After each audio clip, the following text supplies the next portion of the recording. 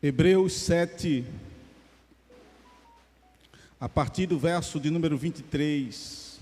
Vamos ler a partir do verso 20, na verdade, irmãos. Acompanhe, por favor, em sua Bíblia. E visto que não é sem prestar juramento, porque aqueles sem juramento são feitos sacerdotes, mas este com juramento por aquele que lhe disse: o Senhor jurou e não se arrependerá. Tu és sacerdote para sempre. Por isso mesmo Jesus se tem tornado fiador de superior aliança.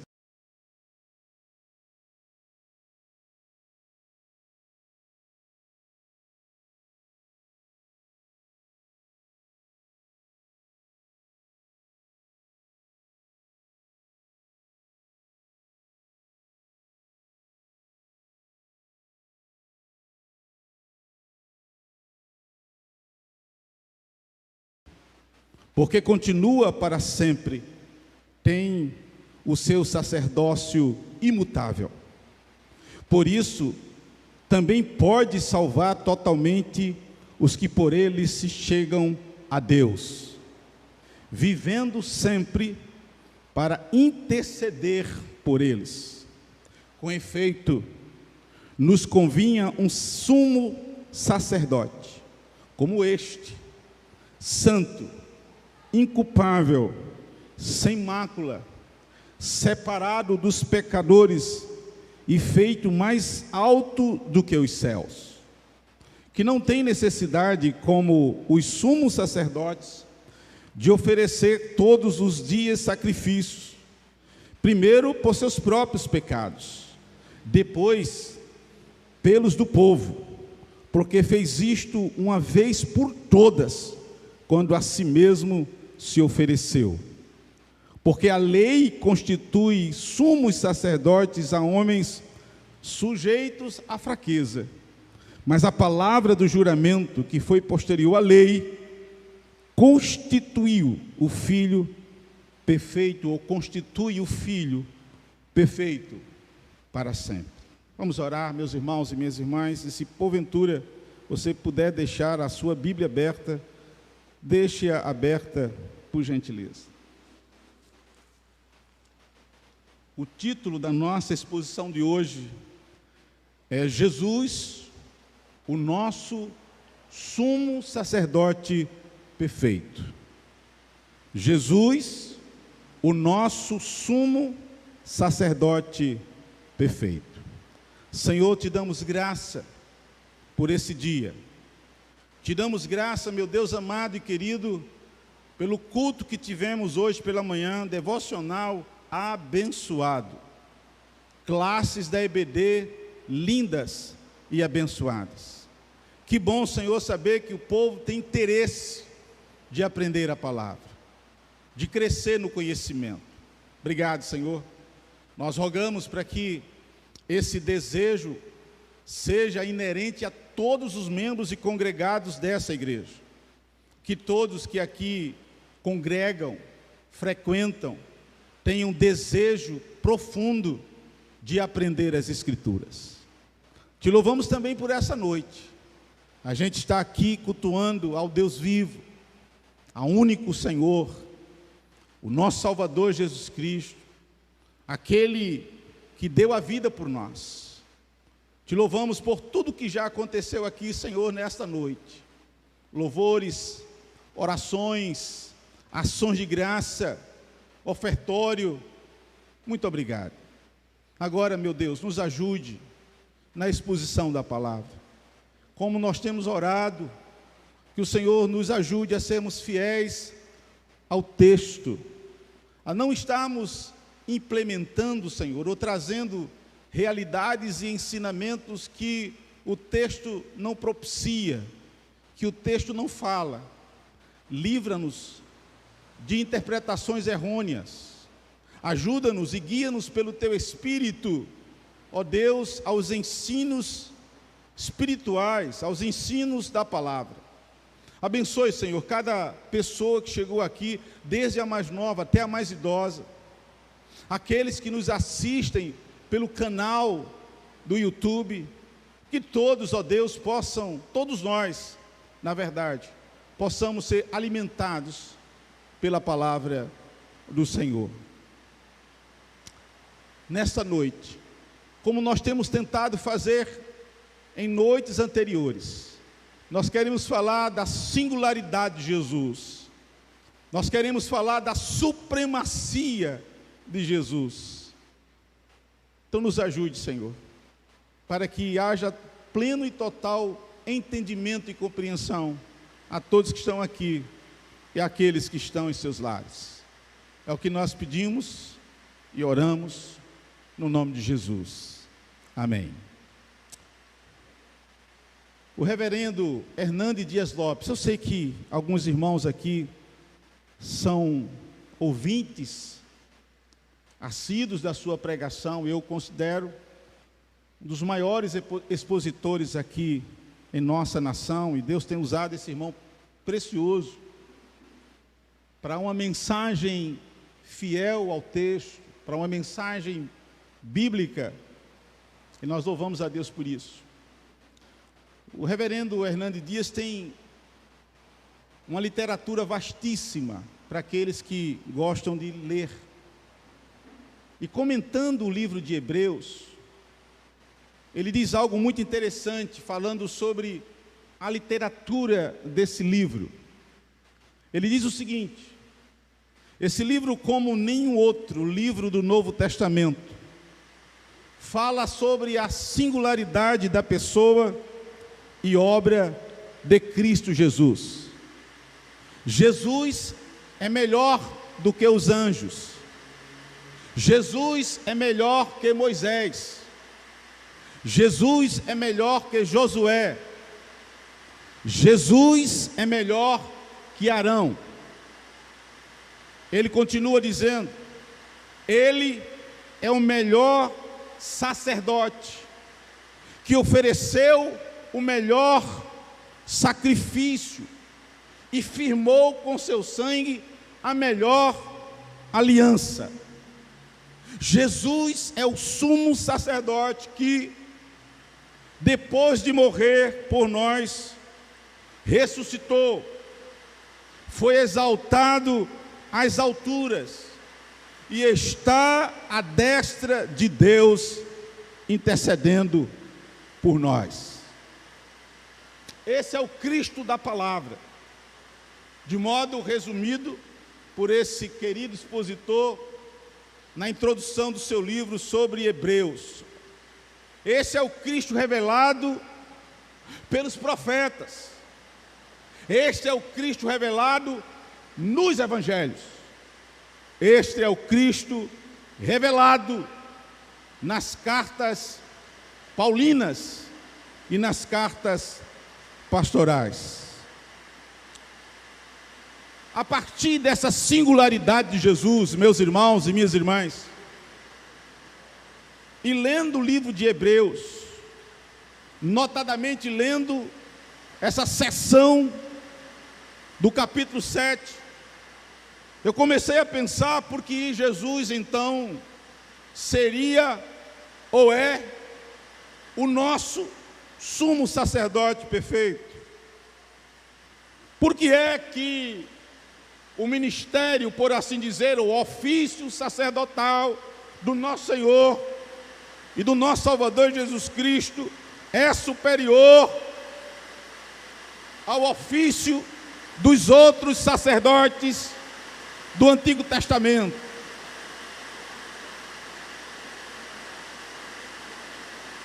Vou ter que competir hoje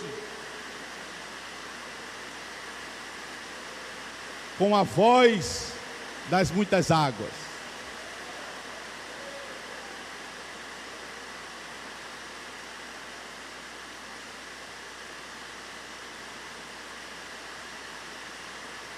Deixa eu ver se diminui um pouquinho.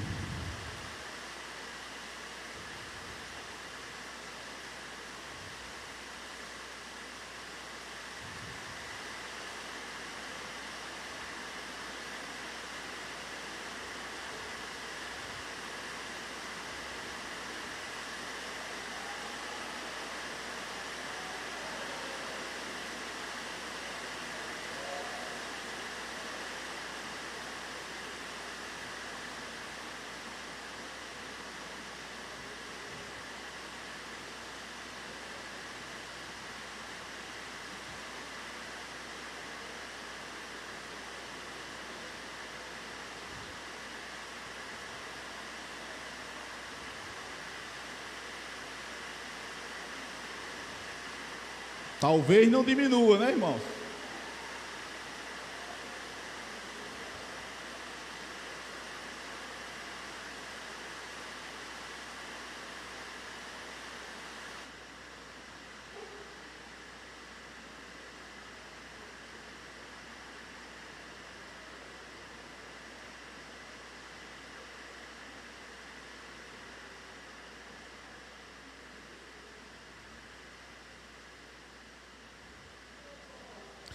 Alguém pode dizer assim, é apenas uma nuvem, pastor, mas pode ser uma nuvem que vai daqui até a África.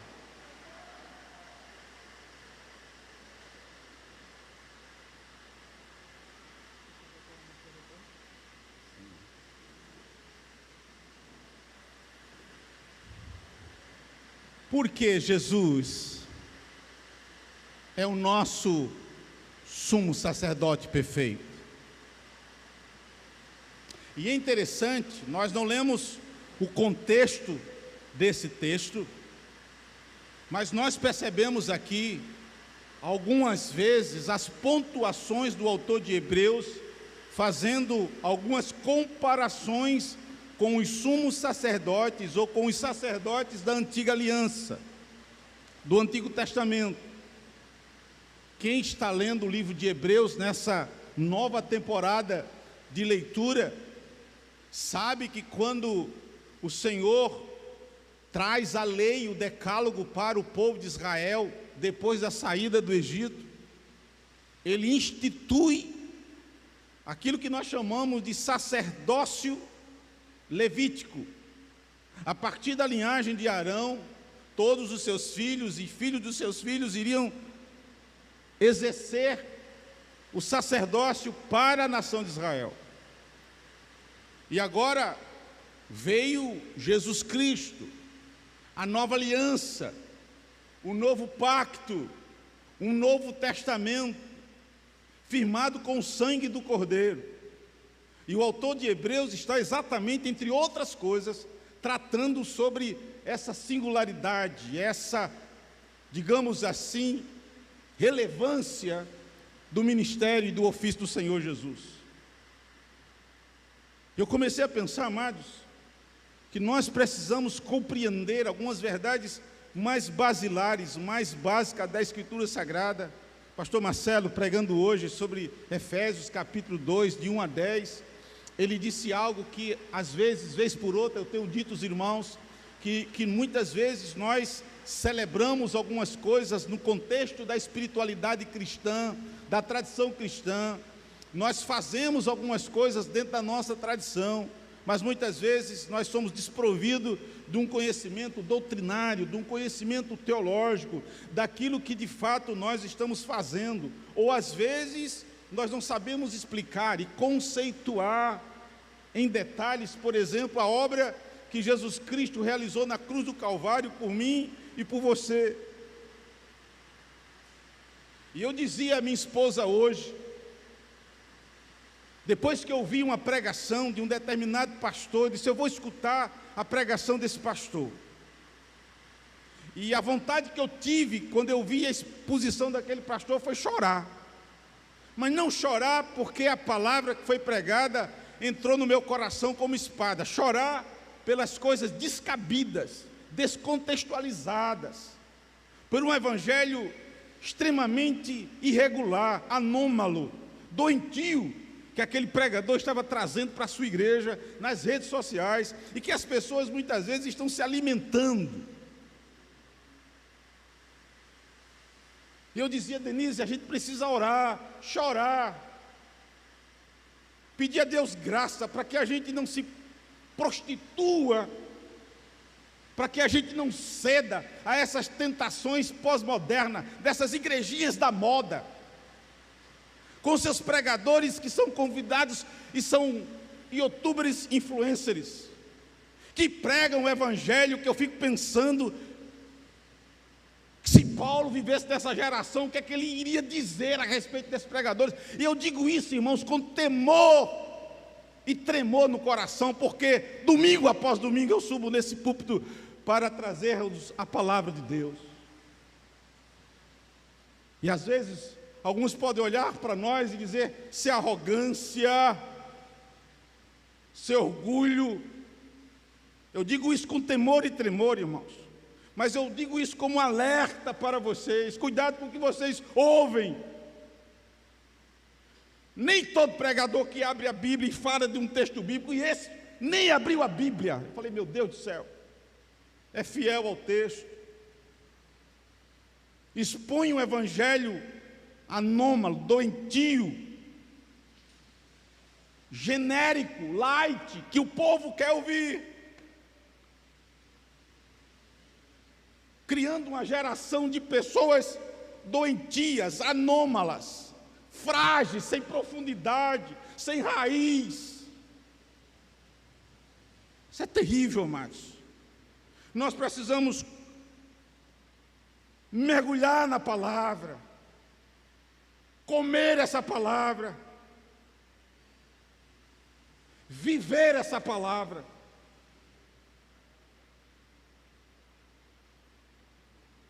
Por que é que Jesus é o nosso sumo sacerdote perfeito? Por que é que o autor de Hebreus olha para a pessoa de Jesus e olha para a sua obra e diz: ela é incomparável? Por que é que ele olha para Jesus e olha para toda a linhagem aarônica do Antigo Testamento, que tinha muito cuidado com os sacrifícios, tinha muito cuidado com o culto? Quem leu Hebreus, leu Levítico, sabe muito bem disso, que o sumo sacerdote, ou o sacerdote, para oferecer um sacrifício ao Senhor, tinha que se banhar, tinha que se purificar. Ele não podia entrar ali no santo lugar, ou no santíssimo lugar, impuro, indigno. Ele devia estar com a consciência limpa e com a sua vida limpa. Era assim, meu irmão, era um negócio meio complicado. Meio não, era totalmente complicado. Porque se ele entrasse indignamente para oferecer sacrifício no Santíssimo Lugar, ele seria fulminado pela Shekinah de Deus. Ele tinha essa consciência. Então não era qualquer um. Embora a gente veja alguns desses homens que eram da linhagem sacerdotal fazendo coisas inadequadas, e Deus cobrava deles, como os filhos de Samuel, por exemplo, que se venderam, se prostituíram, e o Senhor pesa a mão. Mas apesar de todo esse cuidado, porque é que o autor de Hebreus, olhando toda essa linhagem sacerdotal, ele diz: olha, Jesus é superior. O que Jesus era e o que Jesus fez é infinitamente superior, é inigualável. Por que é, amados? E aí, baseado nesse texto, eu tirei pelo menos 4 condições que tornam Jesus Cristo o sumo sacerdote inigualável. 4 condições que tornam Jesus Cristo o sumo sacerdote singular, perfeito.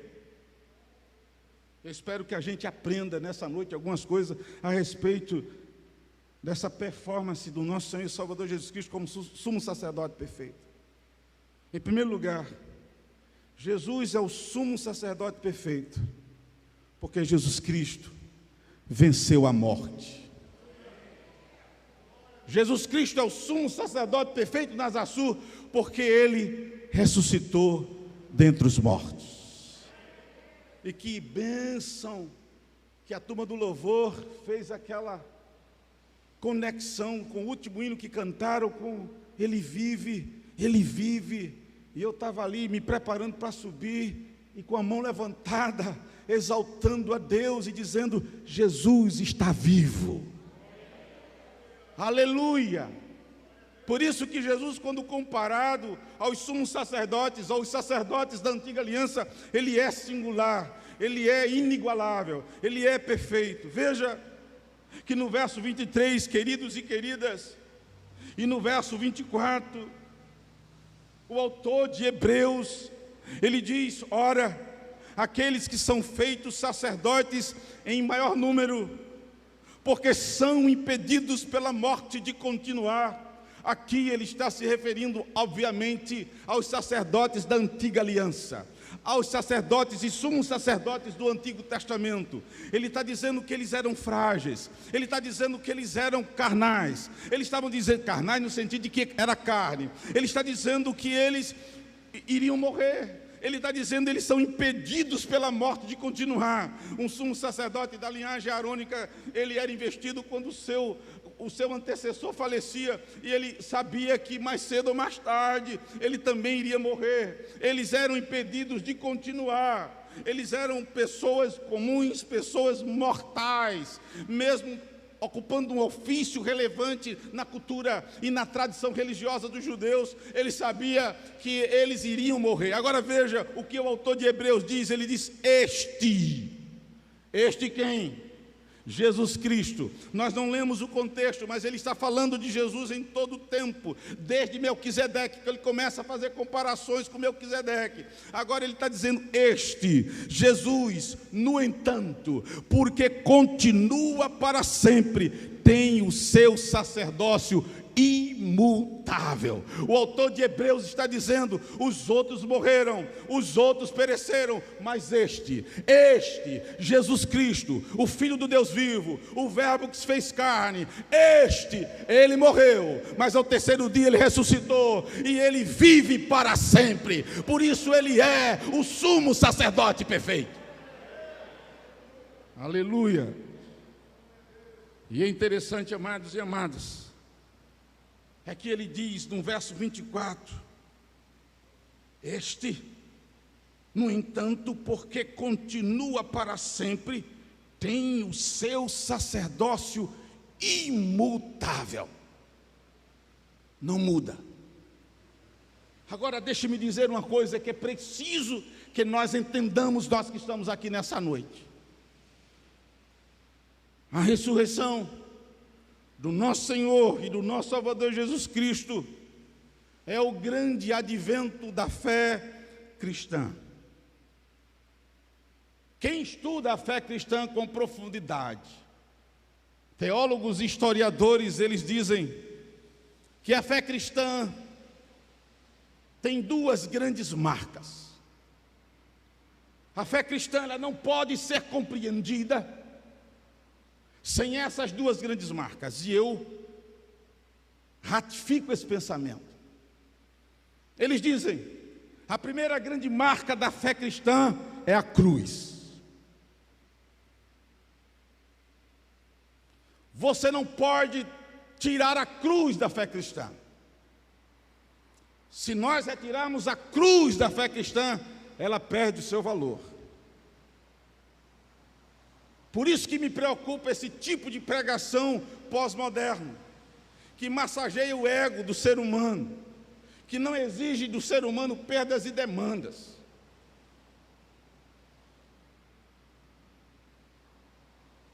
O Evangelho, ele tem como primeira marca a cruz. Mas a segunda marca, queridos, do Evangelho é a tumba vazia. Eu nunca tive em Jerusalém, mas alguns irmãos aqui tiveram. Eu sei que o doutor Feijão teve em Jerusalém. E aonde acham que é o túmulo de Jesus, porque não se tem plena convicção e certeza? Está escrito em inglês, em hebraico: ele não está aqui, porque ele ressuscitou dos mortos. E o reverendo Hernandes Dias Lopes, permita usar mais uma vez o seu comentário, amados e amadas, sobre a ressurreição. Falando sobre a ressurreição, Hernandes Dias Lopes diz: a ressurreição de Cristo, presta atenção, igreja, é a pedra de esquina, o fundamento do cristianismo. A ressurreição de Jesus diferencia a fé cristã de todas as outras fés e de todas as outras tradições. Porque todos os precursores, idealizadores e criadores das diversas tradições religiosas e de seitas que nós temos neste mundo do meu Deus, eles estão em suas sepulturas, eles estão em seus sepulcros, mas Jesus ressurgiu dos mortos. Nós estamos aqui nessa noite porque Cristo vive. E eu já disse inúmeras vezes para vocês e quero novamente ratificar esse meu pensamento. Eu penso que você concorda comigo. Se Jesus não tivesse ressurgido, ressuscitado, não haveria razão, não haveria nenhum sentido da gente estar aqui cultuando a um Cristo morto, querido. Qual o sentido da gente estar aqui, meus irmãos e minhas irmãs, com aquele que é, digamos assim, o precursor, aonde está a base da nossa tradição no Senhor, se ele tivesse morto? É por isso que o apóstolo Paulo diz aos Coríntios que se Jesus não tivesse ressuscitado, vã seria essa pregação. Essa pregação seria inócua, ela não teria poder, ela não teria sentido. Mas Jesus Cristo ressuscitou, aleluia. Então a pregação do Evangelho pode ser apresentada com graça, com unção e com poder, porque nós anunciamos um Cristo que está vivo. E ele diz, vã seria a nossa fé. Eu acredito que sim. Qual o sentido para mim e para você, querido e querida, estar cultuando e adorando e colocando as nossas mais íntimas e profundas expectativas em alguém que a morte venceu? Jesus vive. E deixe-me dizer uma coisa, Jesus está aqui nessa noite. Aleluia. Eu gosto daquele adesivo que tem em alguns carros. Jesus Cristo vive. Eu falei com Ele hoje. Aleluia. Jesus Cristo vive. Agora, veja uma coisa. O que o autor de Hebreus diz é que por Ele ter ressuscitado, Ele agora pode ter um sacerdócio contínuo. Ele pode ter um sacerdócio imutável. E eu queria que você entendesse uma coisa, essa palavra imutável aqui, ela tem uma conotação muito especial. A palavra imutável aqui, amados, no original é aparabatos. Essa é uma palavra, segundo os estudiosos, de uma utilização legal, de uso legal na área de direito. E essa expressão no original significa algo ou alguém que é inviolável, inalterável, intransferível. Descreve algo que pertence a uma pessoa e que ninguém pode transferir e não pode ser transferida para outra. O que o autor de Hebreus está, na verdade, querendo dizer, presta atenção, é que o sacerdócio de Jesus é algo que ninguém nunca poderá tirar dele. O sacerdócio de Jesus, querido, é algo que ninguém neste mundo do meu Deus jamais pode possuir. O que o autor de Hebreus está querendo dizer é que o sacerdócio de Jesus é algo perdurável, aleluia. Jesus jamais pode ser ultrapassado, Jesus jamais pode ter um substituto, só Ele agora é o sumo sacerdote perfeito. Aleluia. Em segundo lugar, o autor de Hebreus, ele vai dizer o segundo motivo, porque Jesus é o nosso sacerdote perfeito. Isso está no verso número 25, na parte A. E no verso 25, parte A, o autor de Hebreus diz, por isso o quê? Porque ele é o sumo sacerdote perfeito, porque ele é um exemplo singular de sacerdócio, porque ele é o Filho de Deus, porque ele venceu a morte, aleluia. Ele está dizendo, por isso, também, está falando de Jesus, pode salvar totalmente os que por ele se achegam a Deus. E o segundo motivo, amados e amadas, você que está aqui, você que está me ouvindo, pelo qual Jesus é considerado o sumo sacerdote perfeito, é porque Jesus, presta atenção, é porque Jesus, e somente Jesus, tem poder para salvar pecadores miseráveis por sua imensa graça. Em outras palavras, amados e amadas, salvação nós não encontramos em nenhum outro sistema. Salvação nós não encontramos, querido e querida, em nenhuma outra tradição. Salvação dos pecados e vida eterna nós não alcançamos, nós não conseguimos pelos nossos méritos, nem conseguimos, querido e querida, pelos méritos de ninguém, a não ser pela imensa graça e poder salvífico, poder de salvação do nosso Senhor e do nosso Salvador Jesus Cristo. O autor de Hebreus está dizendo: olha, Ele tem poder para salvar. Eu gosto da expressão totalmente, integralmente, aqueles que a eles se achegam para Deus por intermédio dele. É por isso que nós podemos abrir a boca sem medo, sem medo, entendem? Sem medo, porque o mundo de hoje, plural, vai dizer: olhe, cuidado, pastor Alcimar, com o que você vai dizer, respeite os outros. Eu não tenho medo. Eu estou aqui nessa noite, nesse púlpito, nesse lugar, para dizer que salvação somente em Jesus Cristo. Só Jesus salva, nenhum outro salva. Respeito todas as tradições, respeito quem professa e confessa outra fé. Tenho amigos de outra fé, mas eu tenho que dizer aqui o que a palavra diz: salvação somente no nosso Senhor e no nosso Salvador Jesus Cristo. E o que o autor de Hebreus, amados e amadas, está trazendo para mim e para você, santos e santas, é que Jesus Cristo, Ele é o sumo sacerdote perfeito, não apenas porque Ele ressuscitou dos mortos, e eu penso que se fosse por isso já seria algo inigualável, insuperável, porque ninguém que ressuscitou vive eternamente, só Jesus. Aquelas pessoas que Ele mesmo trouxe da morte para a vida morreram depois, estão esperando a ressurreição dos mortos quando da vinda do Senhor.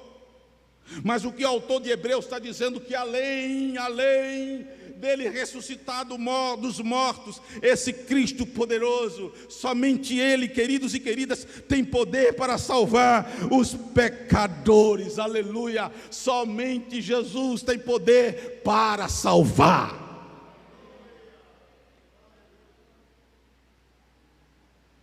Eu fico pensando às vezes, amados, como nós somos tentados a trocar essa verdade bíblica, porque eu penso que o que está acontecendo hoje no movimento evangelical mundial é exatamente os homens e mulheres distorcendo o evangelho, tornando-o mais atrativo. E quando tornam o evangelho mais atrativo, para que as pessoas se acheguem à tradição cristã evangélica, eles terminam deturpando uma grande verdade bíblica, e nós não podemos acrescentar nada a esse evangelho, nem retirar nada desse evangelho. Esse evangelho é perfeito, e esse evangelho diz que o problema do pecado do homem e da mulher só é resolvido com a graça salvadora do nosso Senhor e do nosso Salvador Jesus Cristo. Não há outra solução. Lendo um comentário de Hebreus,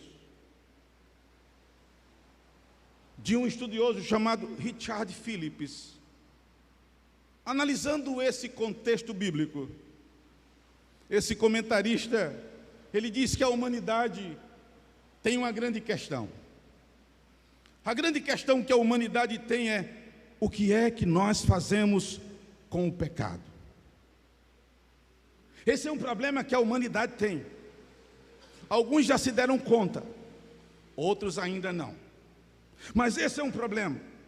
E esse comentarista, Richard Phillips, ele diz que hoje as pessoas estão tentando oferecer uma solução terapêutica para este problema de duas formas. Eu li isso e fiquei pensando, é uma verdade. As pessoas estão tentando resolver o problema da pecaminosidade, a nossa cultura hoje, de duas formas. A primeira da forma é reclassificando o pecado como uma disfunção. Fulano é assim, fulano é assim, mas é porque ela tem isso, ou ele tem isso. Vocês já devem ter percebido.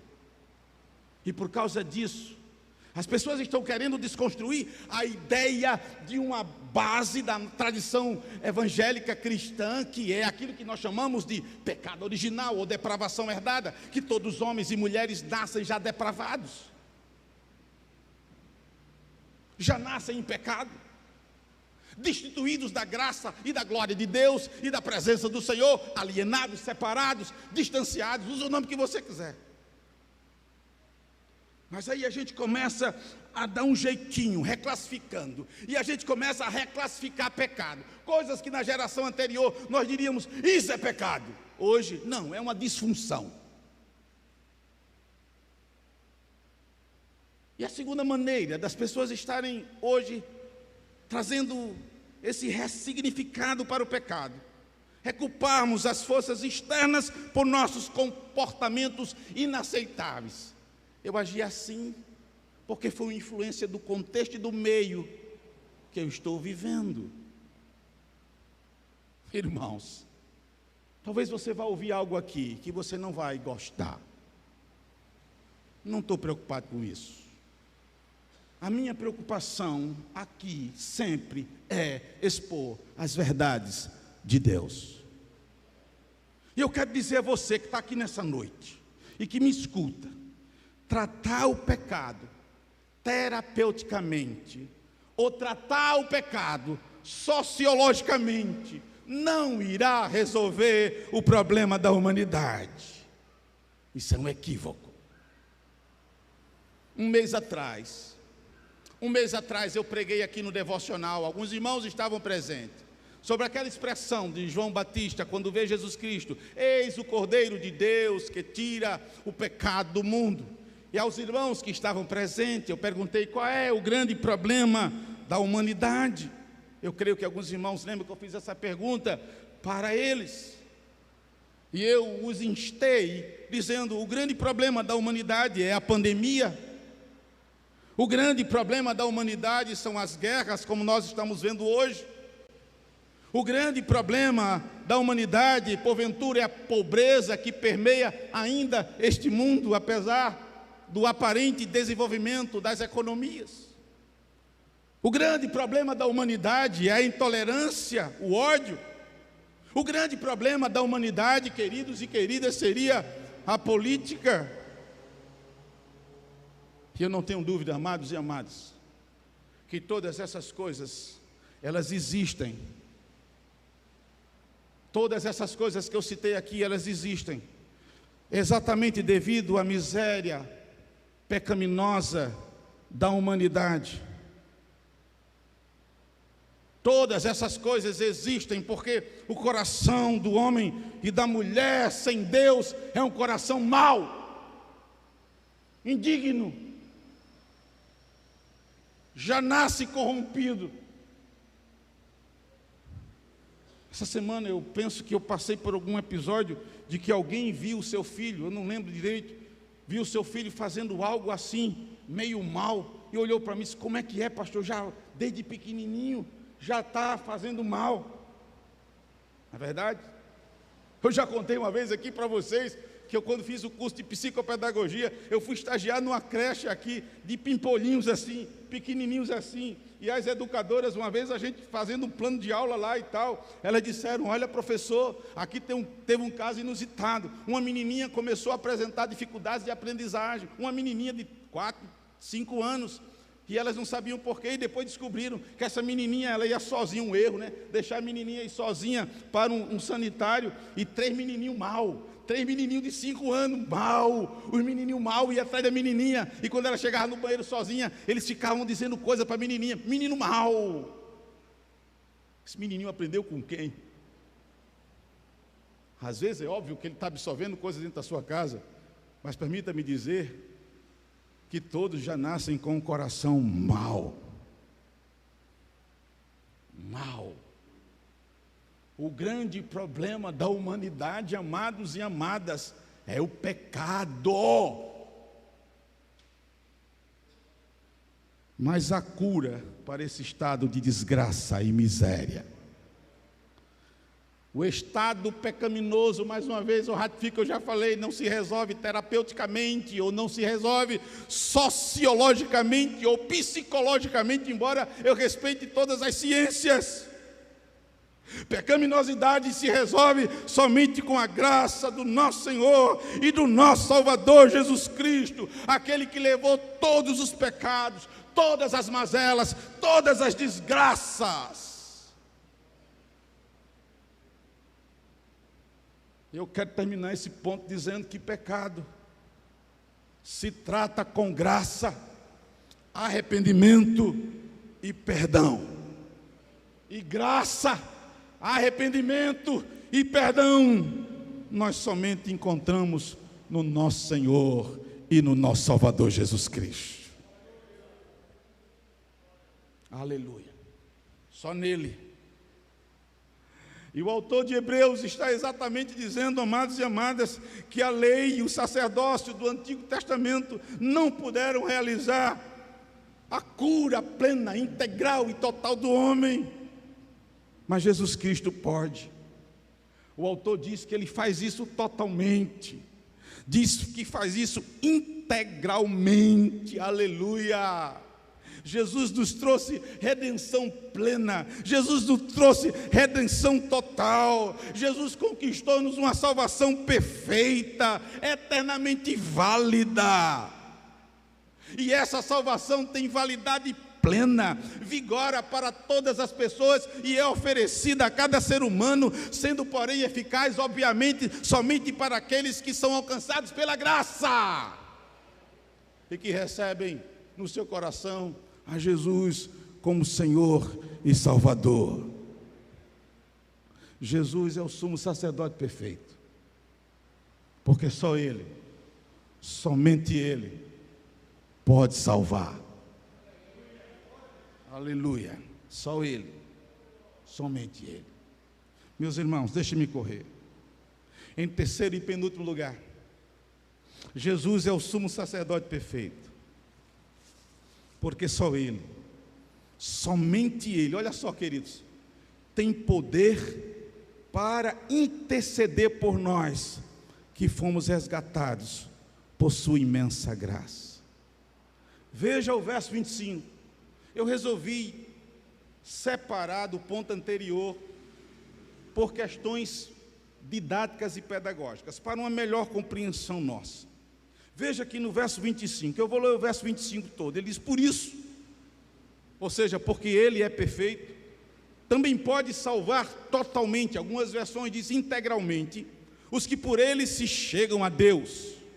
Aí ele conclui o seu pensamento, dizendo assim, ó, vivendo sempre para interceder por eles.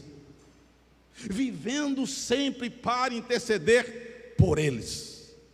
Certo comentarista disse algo interessante. O eterno sumo sacerdote, conforme Apocalipse 1:18, não somente é o redentor de seu povo, mas ao mesmo tempo ele é também advogado, o intercessor eterno dos crentes. Richard Phillips, que eu já citei para vocês aqui, ele diz, Jesus está nos céus. Olha que coisa tremenda, Ele não está inativo. Jesus está nos céus, Ele não está inativo, está atuante em intercessão por nós. Interceder é aproximar-se em benefício de outros, e isso é o que Jesus faz por nós, junto ao trono do Pai Celestial. Jesus nos representa e advoga a nossa causa. Aleluia! Olha, Kaline Bené, quando eu estava meditando nesse texto, amados, e aprofundando a leitura, inclusive com material subjacente para compreender melhor, eu disse o que você falou agora aí, querida, aleluia, porque foi como um start na minha mente, verdades que eu já sabia, mas que estavam guardadas lá no canto da memória e que eu tinha já esquecido. Jesus é o nosso intercessor diante do Pai. Aí eu fui mais a fundo, e aí eu vi uma citação de um avivalista africano, sul-africano, chamado Andrew Murray.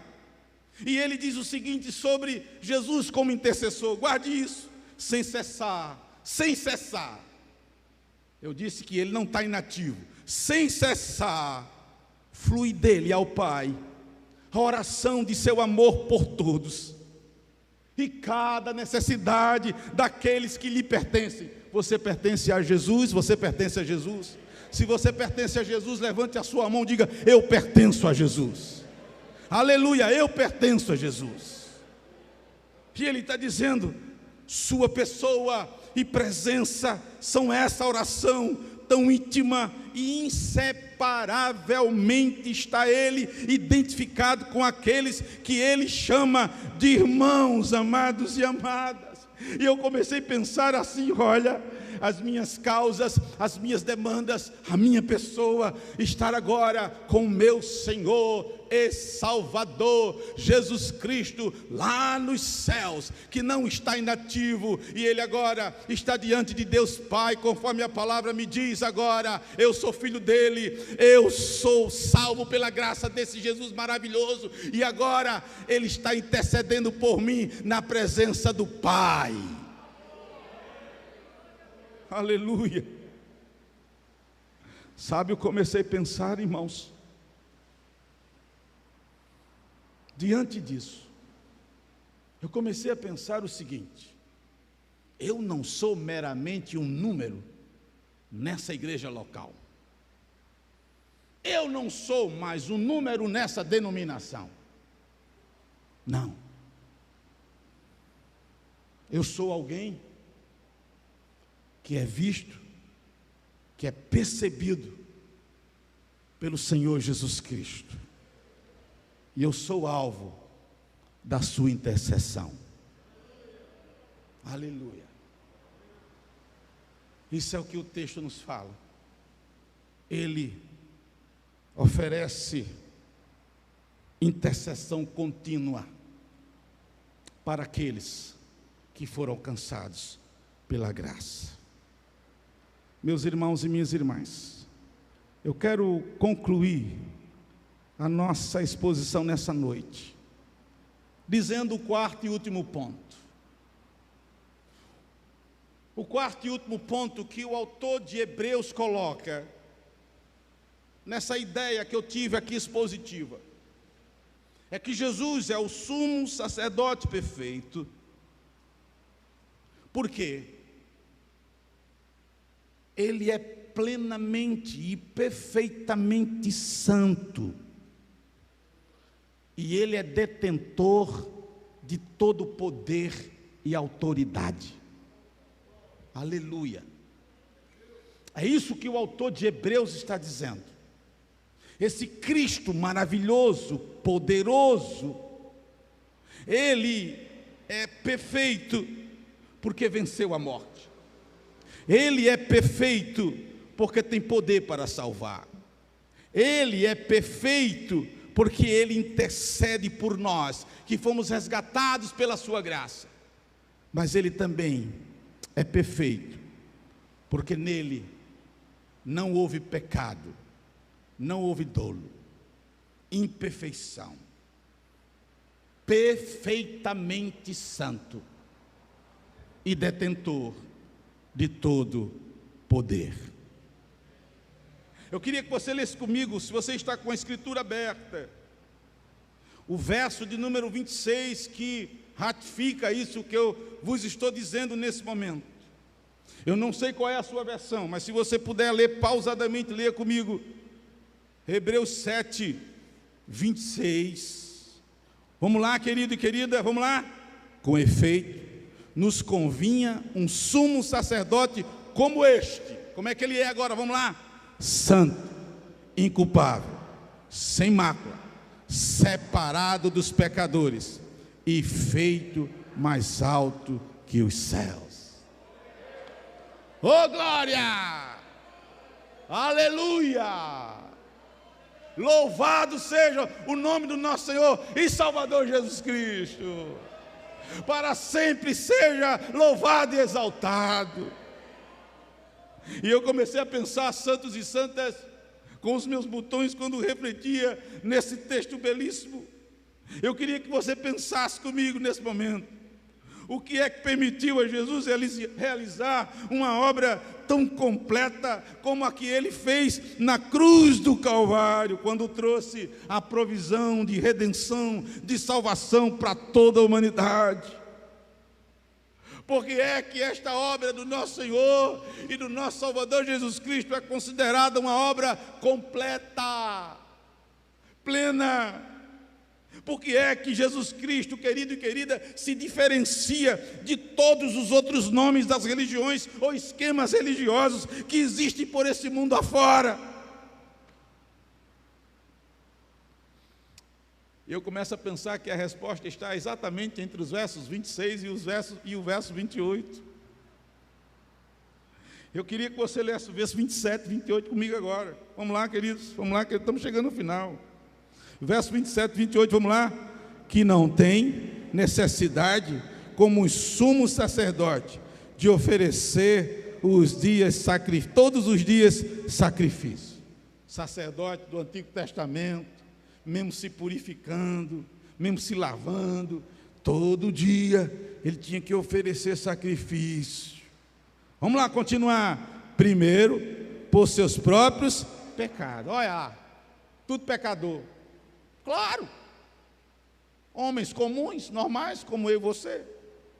Vamos continuar. Depois, pelos do povo. Eles não podiam oferecer um sacrifício perfeito, pleno. Eles eram pecadores.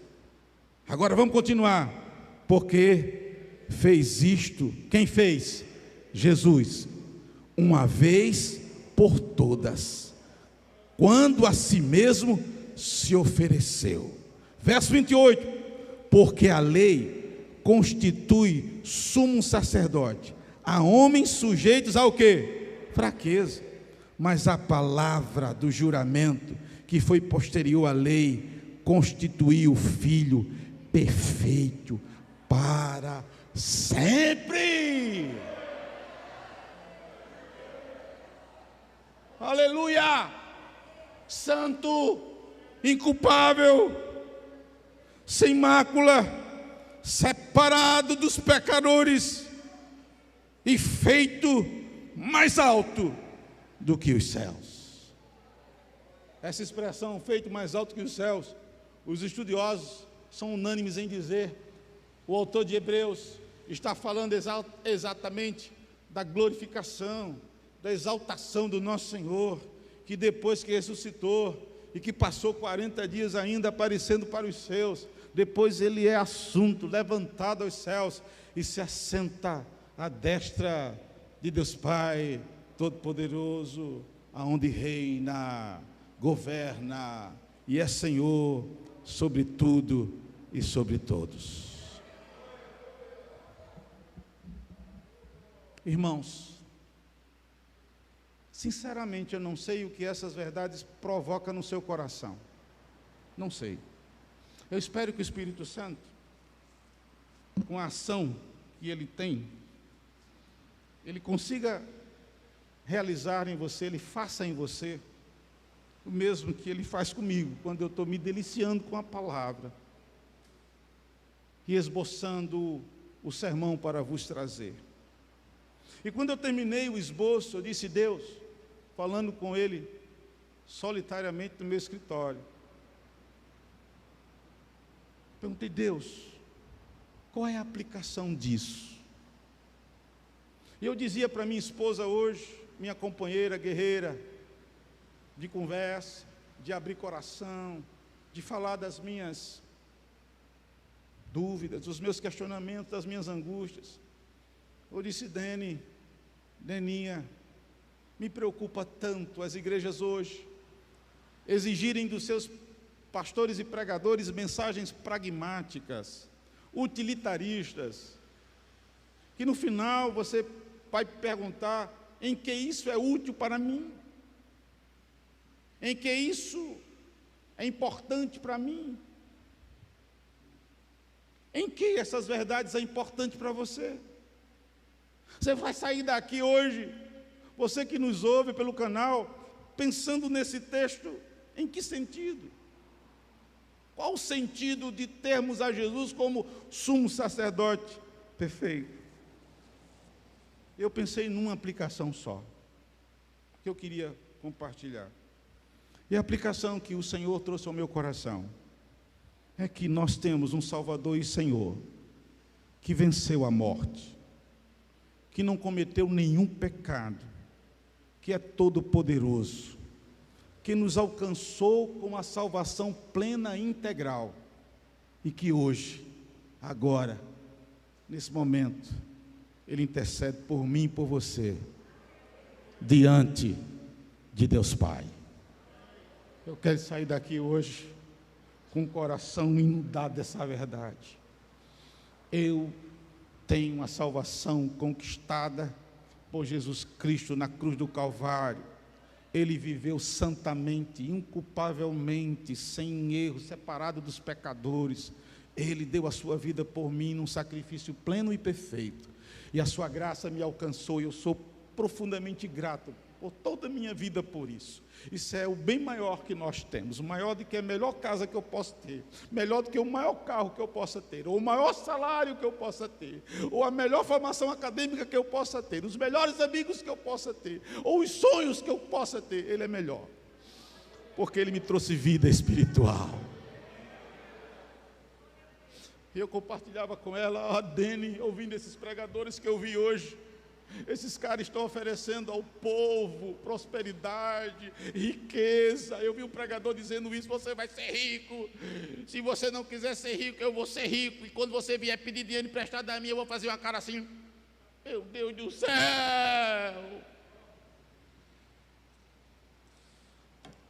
Irmãos, a salvação para mim basta.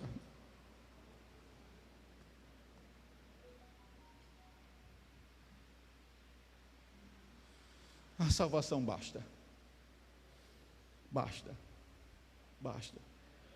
Basta.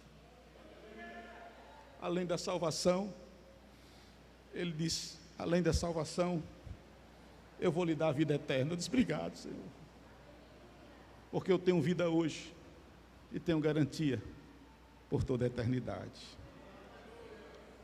Deus abençoe, irmãos. Deus abençoe.